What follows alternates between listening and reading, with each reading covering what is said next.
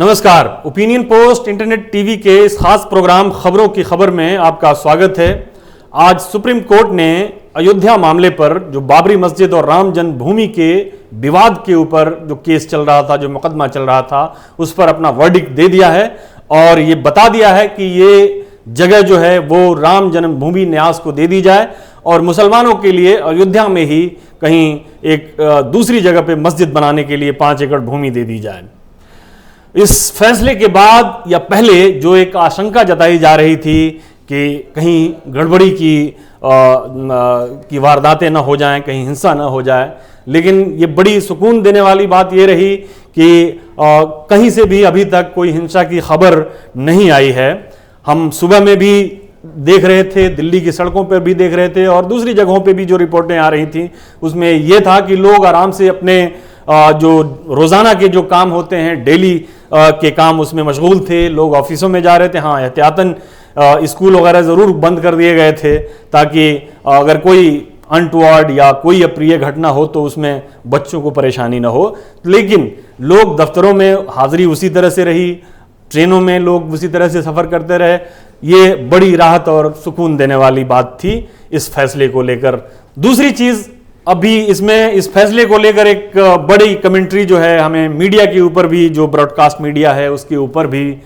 ये सामने आई कि जब ये फैसला आने वाला था तो उस एक दिन पहले न्यूज़ ब्रॉडकास्टिंग स्टैंडर्ड अथॉरिटी ने जो एक एडवाइजरी जारी किया था एनबीए को, न्यूज़ ब्रॉडकास्टर्स एसोसिएशन को, ये उन्हीं का एसोसिएशन है, कि आप कुछ ऐसी चीज़ें ना दिखाएं, कोई ऐसी आपत्तिजनक चीज़ें ना दिखाएं, कोई भड़काऊ बात ना कहें कि जिससे दोनों कम्युनिटी या संप्रदायों के बीच में किसी तरह का तनाव हो। तो ये अपने आप में एक बड़ी कमेंट्री है मीडिया के ऊपर कि मीडिया जो एक सेल्फ रिस्ट्रेंट जो होता है वो शायद भूल गई है कि उसको याद दिलाना पड़ता है कि आपकी समाज के प्रति कोई रिस्पॉन्सिबिलिटी है। ये भी इस फैसले को लेकर आया। आपको मैं बता दूं कि जब गुजरात दंगे हुए थे और कार सेवकों की जो लाशें जो गोधरा एक्सप्रेस में जो जली थी, तो एनडीटीवी ने उसको रिपोर्ट किया था और उसे दिखाया था कि प्लेटफॉर्म पे पड़ी हुई लाशों को, जिसके बाद गुजरात में एक ऐसा दंगा भड़का था जिसमें कई 2000 लोग करीब मारे गए थे। अब इस फैसले को लेकर पे बात करते हैं कि मुस्लिम पक्ष जो है वो पहले ही से कह रहा था और हिंदू पक्ष भी ये कह रहा था कि जो भी फैसला होगा वो दोनों को मान्य होगा। मुस्लिम पक्ष तो ये बार बार ये कहते रहे हैं कि कोर्ट का जो भी आदेश होगा हम उसको मानेंगे और सुप्रीम कोर्ट ने जो फैसला दिया उसको एक पक्ष ने ये कहा कि हाँ ये ठीक है, सुप्रीम कोर्ट ने हमें फैसला दे दिया, हम मान रहे हैं इसको और इसका सम्मान भी कर रहे हैं। दूसरे पक्ष जो मुस्लिम पर्सनल लॉ बोर्ड है उसने भी कहा कि हम इस सब सुप्रीम कोर्ट के फैसले को मानते हैं और इसको हम अध्ययन करेंगे। इसके बाद भी जो कानूनी प्रक्रियाएं बची हुई हैं जो इस मामले को लेकर, उसमें अगर हमको आगे कार्रवाई करनी पड़ेगी तो हम उस पर आगे की कार्रवाई करेंगे, लेकिन हम इस फैसले को मानते हैं। और साथ में ये भी कहा कि इस फैसले को लेकर हम निराश हैं। जाहिर है कि वो एक पक्ष है और एक पक्ष होने के नाते वो इसे लेकर खुश हो सकते हैं और नाराज भी हो सकते हैं। तो ये कानूनी प्रक्रिया है और कानूनी प्रक्रिया के तहत ये सबको अधिकार है एक कानून के दायरे में रहते हुए कि अदालत के फैसले को वो चाहे तो उस पर टीका टिप्पणी भी कर सकते हैं, उसमें जो खामियां हैं उसको भी बता सकते हैं। हाँ, ये जरूर है कि उन्होंने ये कह दिया है कि अदालत का फैसला है और ये इसको हम मानते हैं और इसमें किसी को कोई दो राय नहीं। और एक आम जो चीजें जो देखने को आ रही हैं हर जगह, जो मुस्लिम समाज के अंदर ये एक बड़ा एक इशू था बाबरी मस्जिद का, जिसे लेकर हर कोई परेशान था और ये सब चाहते थे कि किसी तरह से ये मसला हल हो जाए। और उसमें भी एक देखने को मिल रहा है कि हर जगह करीब करीब ये जहां से भी प्रतिक्रिया लेने की कोशिश की गई, हर जगह लोगों ने कहा कि ठीक है, ये मामला खत्म हो गया, ये अच्छी बात है। फैसला पक्ष में नहीं रहा, ये ठीक है, नहीं आया, लेकिन ये है कि ये मामला खत्म हुआ। अब हमें अपने कामों में, बाकी के कामों में हमें आगे बढ़ना चाहिए। रोजगार, शिक्षा और दूसरे जो विकास के कार्य हैं उस पर ध्यान देना चाहिए और मुस्लिम समाज भी अपने बाकी के कामों के ऊपर ध्यान लगाए। जैसा कि हमने कहा कि इस पे कुछ टीका टिप्पणी भी हो रही है फैसले के ऊपर। जैसे ओवैसी साहब जो मुस्लिम पर्सनल लॉ बोर्ड के सदस्य भी हैं, उन्होंने कहा कि फैसला तो ठीक है लेकिन इसमें बहुत सारी चीज़ें हैं जो कमियां हैं और जो कोर्ट ने एक ये फैसला दिया है ज़मीन का कि 5 एकड़ ज़मीन मुस्लिम पक्ष को दिया जाए एक मस्जिद बनाने के लिए, वो उन्होंने कहा कि भाई हम इस ज़मीन को खैरात में हमें नहीं लेना चाहिए। उन्होंने अपनी एक ज़ाती राय बताई है। लेकिन बाकी दलों की तरफ से भी बहुत सारी प्रतिक्रियाएं आई हैं। कम्युनिस्ट पार्टी इस फैसले में एक ये कहा कि भाई अगर हमारा ये मत ये था, सीपीएम का मत ये आया कि हमारा ये मत था कि अगर ये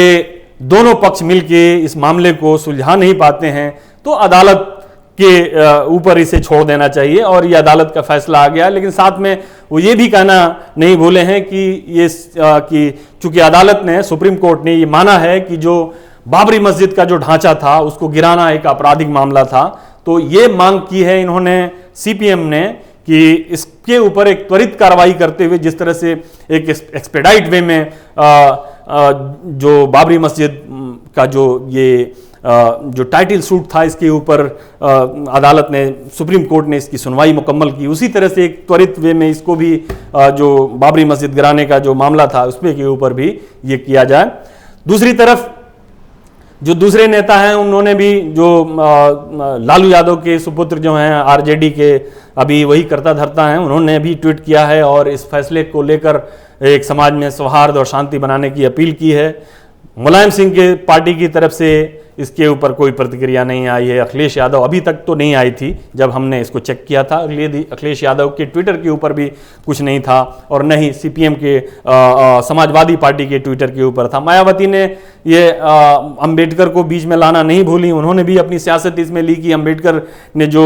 भीमराव अंबेडकर ने जो संविधान बनाया था उस संविधान के दायरे में रहते हुए यह फैसला लिया गया है और इसे सबको स्वीकार करना चाहिए। उन्होंने भी अपनी इसमें राजनीति की वो की है। लेकिन जो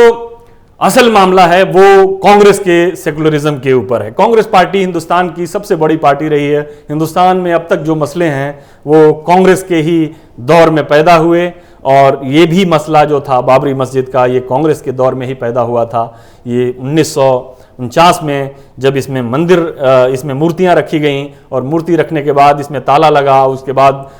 फिर जब 1980 में, 80 के दशक में राजीव गांधी जब प्रधानमंत्री थे तब इसका ताला खुलवाया गया, शिलान्यास करवाया गया, शाहबानो का केस सामने आया। इसको लेकर यहाँ, मतलब ये कहने का मतलब ये है कि ये मामला कांग्रेस के दौर से शुरू हुआ और कांग्रेस के दौर में इसको फिर से इसको एक जीवित किया गया। आज कांग्रेस की तरफ से राहुल गांधी भी एक ट्वीट करके ये कह रहे हैं कि शांति सद्भाव बनाना चाहिए, सुप्रीम कोर्ट के फैसले को का स्वागत करना चाहिए। कांग्रेस के आधिकारिक ट्वीट में ये कहा गया कि कांग्रेस पार्टी ये चाहती है कि राम मंदिर बने। तो सवाल यहां पर ये उठता है कि अब तक इस मामले को इतना घसीटा क्यों गया है। 1990 के आसपास बहुत सारी कोशिशें हुई, जब यह मामला काफी तूल पकड़ने लगा कि सुलह सफाई से काम ले लिया जाए। एक चंद्रशेखर जब प्रधानमंत्री थे, कांग्रेस के समर्थन से वो प्रधानमंत्री थे, तो उनके वक्त में भी ये एक उनके मंत्री हैं जिन्होंने ये अपने एक लेख में कहा है कि करीब करीब ये फैसला हो चुका था और ये इसको अनाउंस किया जाना था जब कि मुस्लिम पक्ष और हिंदू पक्ष दोनों इस बात को लेकर राजी हो गए थे कि इस मसले को हल कर लिया जाए, आउट ऑफ कोर्ट हल कर लिया जाए, बातचीत के जरिए हल कर लिया जाए। लेकिन राजीव गांधी ये जानते हुए, उनको ये बताया गया जब वो समर्थन वापस ले रहे थे, चंद्रशेखर ने ये बताया कि हम एक बड़ा फैसला लेने जा रहे हैं, इसके बावजूद भी राजीव गांधी की कांग्रेस ने चंद्रशेखर सरकार से अपना समर्थन वापस ले लिया। उसमें जो चंद्रशेखर के मंत्री जो थे उन्होंने ये बताया कि अपने लेख में लिखा है कि ये फैसला ये था कि मुस्लिम पक्ष जो है इस बात पे राजी हो जाएगा कि यहाँ पे जो विवादित स्थल है इसके ऊपर मंदिर बने और मस्जिद को ईंट बाई ईंट, माने एक एक ईंट उसकी उठाकर कहीं दूसरी जगह पे एक मस्जिद, वैसी ही मस्जिद जैसी वहां पे खड़ी है उस तरह से बना दी जाए। लेकिन राजीव गांधी ने जल्दबाजी में, उनकी नीयत क्या थी, किस तरह की नीयत थी और उनका ये क्या था कि इस मसले को वो हल करना नहीं चाहते थे या क्या था कि उन्होंने इसको ये अपना समर्थन वापस लिया। खैर, राजीव गांधी की हत्या हो गई, उसके बाद इलेक्शन हुए, कांग्रेस की सरकार आई, नरसिम्हा राव प्रधानमंत्री बने और जो सबसे बड़ा बड़ी घटना घटी। सुप्रीम कोर्ट ने भी जिसको का हवाला दिया और जो सीपीएम ने जिसकी बात अभी हमने जिक्र किया कि सुप्रीम कोर्ट ने माना है कि एक आपराधिक मामला था बाबरी मस्जिद के ढांचे को गिराने का, तो ये काम जो है कांग्रेस की सरकार के दौरान ही हुआ। कांग्रेस सेकुलरिज्म का दम भरती है। ये सारे जितना ये मामला खड़ा हुआ, इसको हल करने नहीं देने से लेकर और इसको खड़ा करने तक में कांग्रेस का बहुत बड़ा हाथ रहा। इसको लेकर अब ये सवाल पूछा जाना चाहिए कि जब मध्यस्थता की जा रही थी तो करीब करीब उसी लाइन पे की जा रही थी जिस लाइन पे आज सुप्रीम कोर्ट ने फैसला दिया, तो ये इसका दोषी कौन है कि इस मुद्दे की वजह से जो कॉम्युनल राइट्स हुए हैं, जो दंगे हुए हैं, उन दंगों में जो मारे गए हैं, उसका दोषी कौन है? क्या ये सेकुलर लोग नहीं हैं कि जो इस मामले को तूल देकर इसको पेच अड़ा के इसको ज़्यादा दिनों तक और खींच कर ले गए और इसमें कई लोगों की जाने गई, जो शायद अगर वो फैसला हो गया होता तो ये ऐसी नौबत नहीं जाती। दूसरी तरफ ये भी है कि अब ये फैसला आ गया है और ये कहा जा रहा था कि इस फैसले को माना जाएगा। सुप्रीम कोर्ट अगर बातचीत से, मध्यस्थता से अगर बात नहीं बन रही है तो जाहिर है कि उसका आखिरी उपाय कोर्ट है। सरकार बीजेपी जरूर इस मामले को लेकर इसको गंभीर रही है, इस मामले को उठाती रही है, लेकिन बीजेपी ने कभी इस मामले को एक अदालती और एक कानूनी प्रक्रिया के तहत जो है आगे बढ़ाया है और इसमें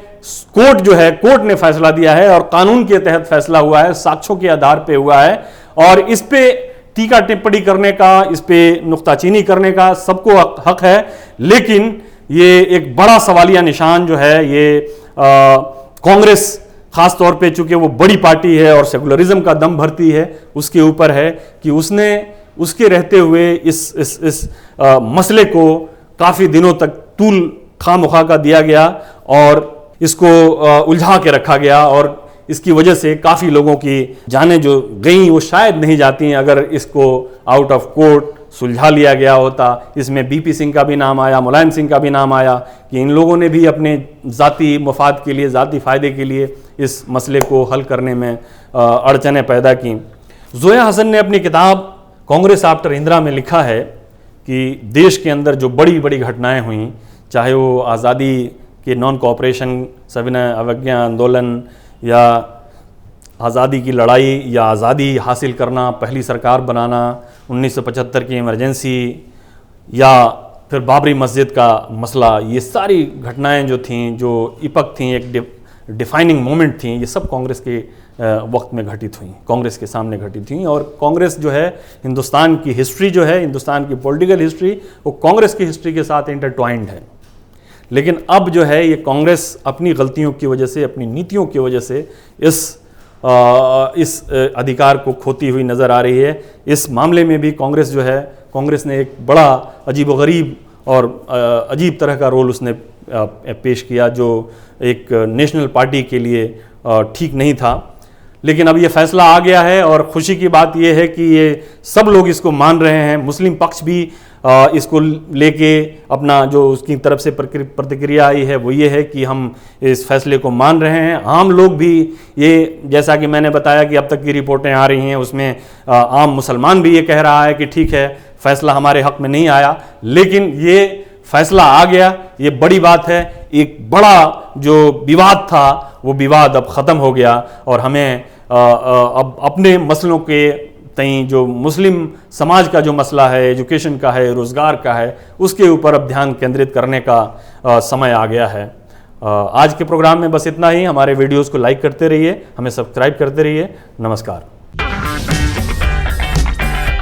अगर आपको हमारा वीडियो पसंद आया हो तो इसे लाइक करें, हमारे चैनल को सब्सक्राइब करें और हाँ, बेल आइकन दबाना ना भूलें ताकि आप तक हमारे वीडियो की नोटिफिकेशन पहुंचती रहे। आप अपना सुझाव हमें कमेंट बॉक्स में दे सकते हैं। हमारे साथ जुड़ने के लिए शुक्रिया।